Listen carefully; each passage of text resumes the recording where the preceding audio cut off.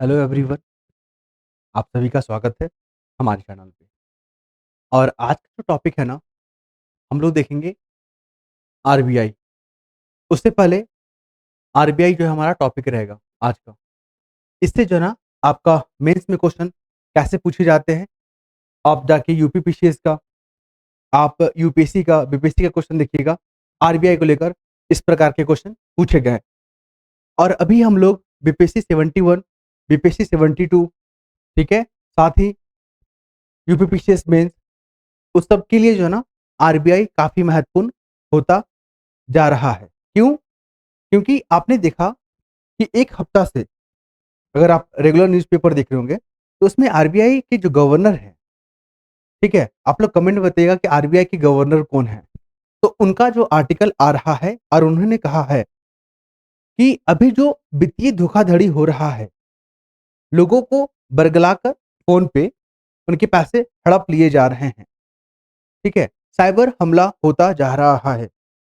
आप देखोगे कि कुछ मिनटों में उनके लाखों रुपया बैंक से गबन कर लिए जा रहे हैं, ठीक है। आप देखोगे डिजिटल अरेस्ट, आप देखोगे डिजिटल जो कैद है, उसके माध्यम से लोगों के पैसे ठगे जा रहे हैं। तो ये बहुत बड़ा कंसर्न होता जा रहा है। तो ऐसे में आरबीआई के सामने क्या चुनौती है, उसको लेकर आर्टिकल अभी एक हफ्ते से काफी लगातार न्यूज़पेपर में देखने को मिला। उस कारण से आरबीआई जो है ना, महत्वपूर्ण होता जा रहा है, ठीक है। तो आरबीआई से आप क्या समझते हैं, या आरबीआई के बारे में आपको लिखना होगा, ठीक है, आरबीआई बैंक के बारे में।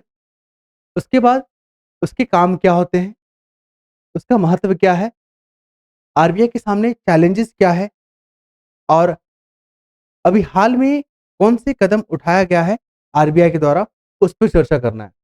तो 4 एंगल इसमें दिया गया है क्वेश्चन पे, अगर ध्यान से आप देखोगे तो सबको हम लोग एक-एक करके देखेंगे। देखिए, मेंस का जब भी आंसर आप लिखोगे, तो हमेशा 3 चीज़ याद रखिएगा। सबसे पहला जो पार्ट होता है, उसको बोलते हैं इंट्रोडक्शन, ठीक है? आपको जो है ना, अगर प्रैक्टिस नहीं है, या आप लिख नहीं पा रहे कि इंट्रो में क्या लिखें, तो जो क्वेश्चन पूछा जाता है ना, उसके बारे में लिखिए। जैसे आरबीआई के बारे में पूछ रहा है, तो आरबीआई के बारे में लिख दीजिए, स्थापना कब हुआ, इसका काम क्या होता है। 2-3 लाइन में आपको वो चीज़ को इंट्रोडक्शन लिखना होता है, ठीक है? तो यहाँ पर देखिए, आरबीआई एक केंद्रीय बैंक है। कौन-सा बैंक है? सेंट्रल बैंक है, ठीक है? जिसकी स्थापना 1 अप्रैल 1935 को हुआ था। 1935 को हुआ था, ठीक है? और इसका नेशनलाइज़ पता है ना कब हुआ था? 1949 को। ध्यान रखिएगा। जो भी फैक्ट नज़र आता है ना, उस फैक्ट को अपने आंसर में पुट करेंगे, क्योंकि स्टेट पीसीएस में ना, फैक्ट का काफ़ी महत्वपूर्ण रोल होता है। क्लियर है? तो इसका मुख्य काम जो है ना, देश की जो मौद्रिक नीति होता है ना, उसको नियंत्रित करना, मुद्रा को जारी करना, और बैंकों की जो निगरानी होती है, ये सब प्रमुख काम आरबीआई करता है, ध्यान रखिएगा। तो सारा जो इम्पोर्टेंट पॉइंट है, उसको मैंने रेड कलर से हाइलाइट कर दिया है, ताकि आपको रिवीजन करने में दिक्कत ना हो। ये पीडीएफ देख रहे हैं ना, इसको प्राप्त प्राप्त करने का एक आसान सी प्रक्रिया है। आपको जो है ना, स्क्रीनशॉट शेयर करना होगा, नॉमिनल फी के पे करने के बाद। क्लियर है? और ये पीडीएफ 2 लोगों को ज़्यादा हेल्प करेगा। एक जो नया-नया तैयारी में है, और दूसरा जो है वर्किंग प्रोफेशनल में है, जो काम-काज करते हैं, जिनके पास समय का अभाव होता है। तो उनको ध्यान में रखकर ये पीडीएफ को तैयार किया गया है। और मैं इस चीज़ को बार-बार ज़िक्र करता हूँ कि कोई ज़रूरत नहीं है कि आप इस पीडीएफ को खरीदें ही, कोई दबाव नहीं है आप पे। आप वीडियो के माध्यम से भी नोट्स बना के अपने जो प्रयास है, आपका जो लक्ष्य है, उसको प्राप्त कर सकते हैं, ठीक है? अगर आपको पसंद आता है तो। तो अब देखते हैं आरबीआई का काम क्या होता है। आप फ्लो चार्ट में ना दिखाइएगा, आरबीआई का काम। फ्लो चार्ट आपकी मर्ज़ी, जैसे बनाना है वो वैसे बनाइए, ठीक है? बहुत लोग सर्कल को प्रेफ़र करते हैं, बहुत लोग ट्रायंगल को प्रेफ़र करते हैं, ये वाला। बहुत लोग इस प्रकार के रेक्टेंगुलर को प्रेफ़र करते हैं। क्लियर है? तो आपकी मर्ज़ी, जो ठीक लगे वो करें आप। तो आरबीआई का जो काम होता है ना, वो होता है मौद्रिक नीति को बनाना। मौद्रिक नीति पता नहीं क्यों बनाया जाता है?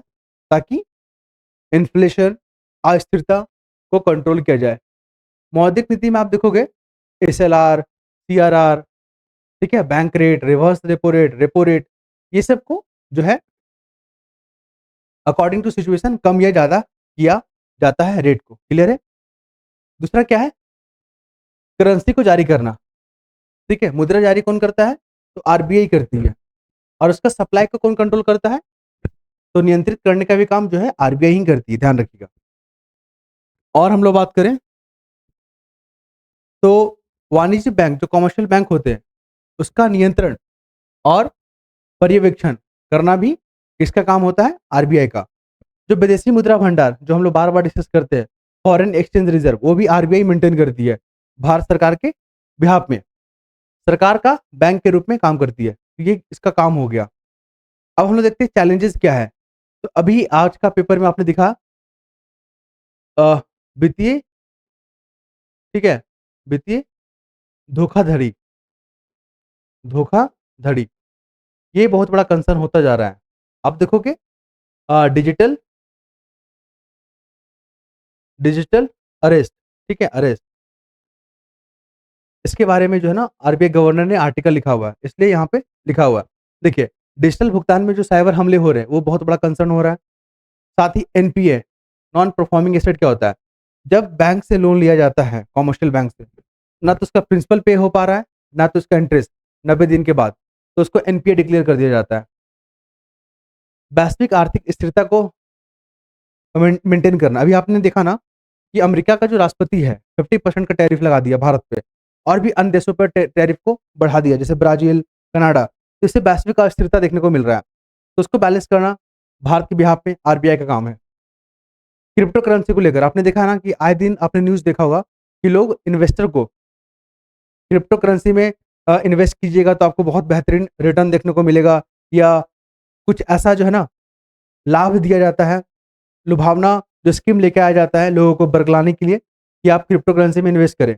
लेकिन जब लोग इन्वेस्ट करते हैं तो उनके पैसा जो है ना फ्रॉड करने वाले लोगों के द्वारा हड़प लिया जाता है या धोखा दे दिया जाता है। आज का आर्टिकल में लिखा हुआ था क्रिप्टो करेंसी को लेकर, ठीक है, लगभग 55 लाख रुपया उनके बैंक अकाउंट से उड़ा लिया गया। तो ये सब चैलेंजेस है, इस सब चीज़ को रोकने के लिए। फिर जलवायु परिवर्तन का जो फंडिंग है उसको लेकर भी क्या है, चुनौती है। इंपॉर्टेंस की अगर बात करें यहाँ पे आरबीआई का, तो आर्थिक स्थिरता को मेंटेन करना इसका इंपॉर्टेंस है। इन्फ्लेशन को कंट्रोल करना, फाइनेंशियल जो इंक्लूजन है उसको मेंटेन करना या उसको बढ़ावा देना, बैंकिंग प्रणाली को फाइनेंशियल इंक्लूजन में देखिए आज का कल का आर्टिकल में लिखा हुआ था, जो फाइनेंस कंपनी के द्वारा जो टेक्नोलॉजी बनाया जा रहा है ताकि वित्तीय लेन-देन में यूज़ हो, ठीक है? तो आरबीआई ने कहा कि आप ऐसा टेक्नोलॉजी बनाए ना, जो लोगों को यूज़ करने में आसान हो, उनकी प्राइवेसी हनन ना हो और सिक्योरिटी मेंटेन रहे। ऐसा उन्होंने क्यों कहा? क्योंकि हमारे देश में सभी पढ़े-लिखे नहीं हैं। फाइनेंशियल लिटरेसी भी उतना अच्छा नहीं है। ग्रामीण इलाकों में तो स्थिति और भी भयावह है, ठीक है? तो ऐसे में अगर जो हमारा सिस्टम है, जो हमारा टेक्नोलॉजी है, वो अगर कस्टमर फ़ेवरेबल नहीं रहेगा या कस्टमर को ध्यान में रखकर नहीं बनाया जाएगा, तो फिर लोग यूज़ कैसे करेंगे? ठीक है? क्योंकि भारत का लक्ष्य क्या है? Financial inclusion. फिर बैंकिंग प्रणाली में विश्वास को बनाए रखना। उसके बाद देखते हैं हाल के प्रमुख कार्य। तो डिजिटल रुपया जो है ना, आरबीआई के द्वारा लाया गया है। यूपीआई को बढ़ावा दिया जा रहा है। मॉनेटरी पॉलिसी के जो कमिटी है के माध्यम से जो रेपो रेट है, उसको जो है ना, वो किया जा रहा है। अकॉर्डिंग टू समय, अगर लगता है कि अभी कम करना चाहिए, तो आरबीआई कम कर रही है। अगर लगता है आरबीआई को बढ़ाना चाहिए, तो आरबीआई बढ़ा रही है। फिर बात करें यहाँ पे वित्तीय साक्षरता अभियान को भी यहाँ पे क्या कर रही है, प्रमोट कर रही है। फिर लास्ट में आपको क्या लिखना होता है? कंक्लूजन। कंक्लूजन ज़रूर लिखिएगा। बॉडी पार्ट में अगर 1-2 पॉइंट छूट भी गया, बड़ा मुद्दा नहीं है। लेकिन कंक्लूजन अगर छूट जाता है ना, तो एग्ज़ामिनर को नंबर देने में थोड़ा हिचकिचाहट होता है। ठीक है? तो जैसा भी हो आप लोग कंक्लूजन ज़रूर लिखेंगे, वो भी पॉजिटिव दृष्टिकोण के साथ। आरबीआई भारत की आर्थिक रीढ़ है, बिल्कुल है, जो वित्तीय स्थिरता, विकास और नवाचार को संतुलित करते हुए देश की अर्थव्यवस्था को क्या करती है? दिशा देने का काम करती है। आई होप आप लोग को पसंद आया होगा, ठीक है?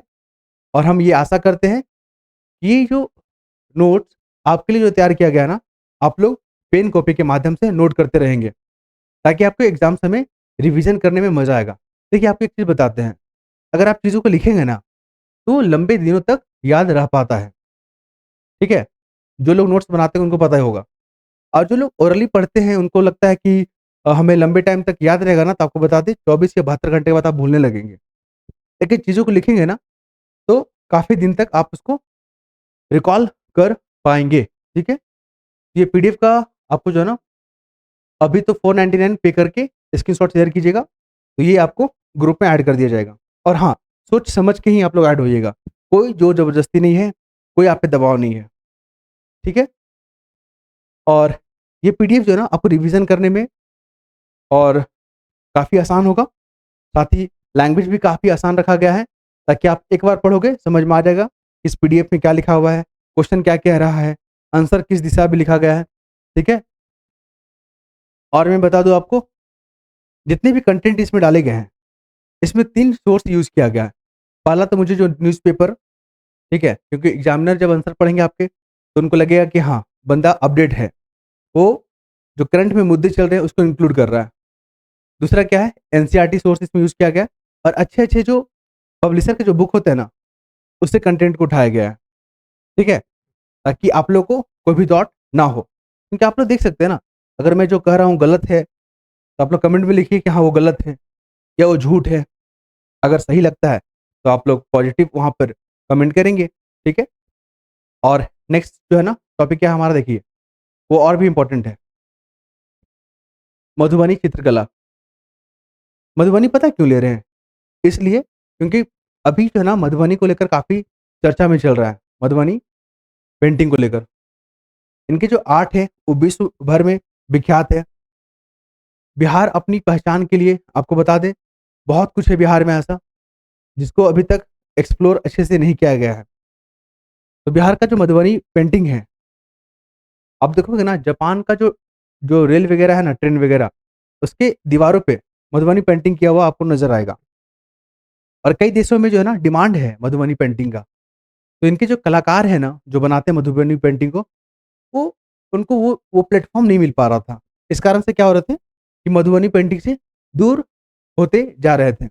लेकिन सरकार का प्रयास है कि मधुबनी जो चित्रकला है, पेंटिंग है, जो भारत और बिहार की जो कल्चर है, जो संस्कृति है, जो इतिहास है, उसको प्रिज़र्व किया जाए, उसको कंज़र्व किया जाए। ओके? तो हम लोग मधुबनी चित्रकला को देखेंगे, उसके उत्पत्ति को देखेंगे, महत्व देखेंगे, उसकी क्या सीमाएँ हैं, चुनौती क्या है और आधुनिक प्रभाव क्या है। सारे एंगल को कवर किया गया है। आपसे मेंस में ऐसे ही क्वेश्चन पूछेगा। ठीक है? तो बने रहिए चैनल पे और नेक्स्ट वीडियो में हम लोग इस टॉपिक को डिस्कस करेंगे। हमारा प्रयास है ना कि 2 टॉपिक कम से कम डेली अब डिस्कस किया जाए, क्योंकि आपको मेंस जो है ना, 71 का बीपीएससी का दिसंबर में होने की संभावना है। क्लियर? तो अभी आप लोग कट ऑफ के चक्कर में ना पड़ें, जितना हो सके अपना मेंस को पढ़ें।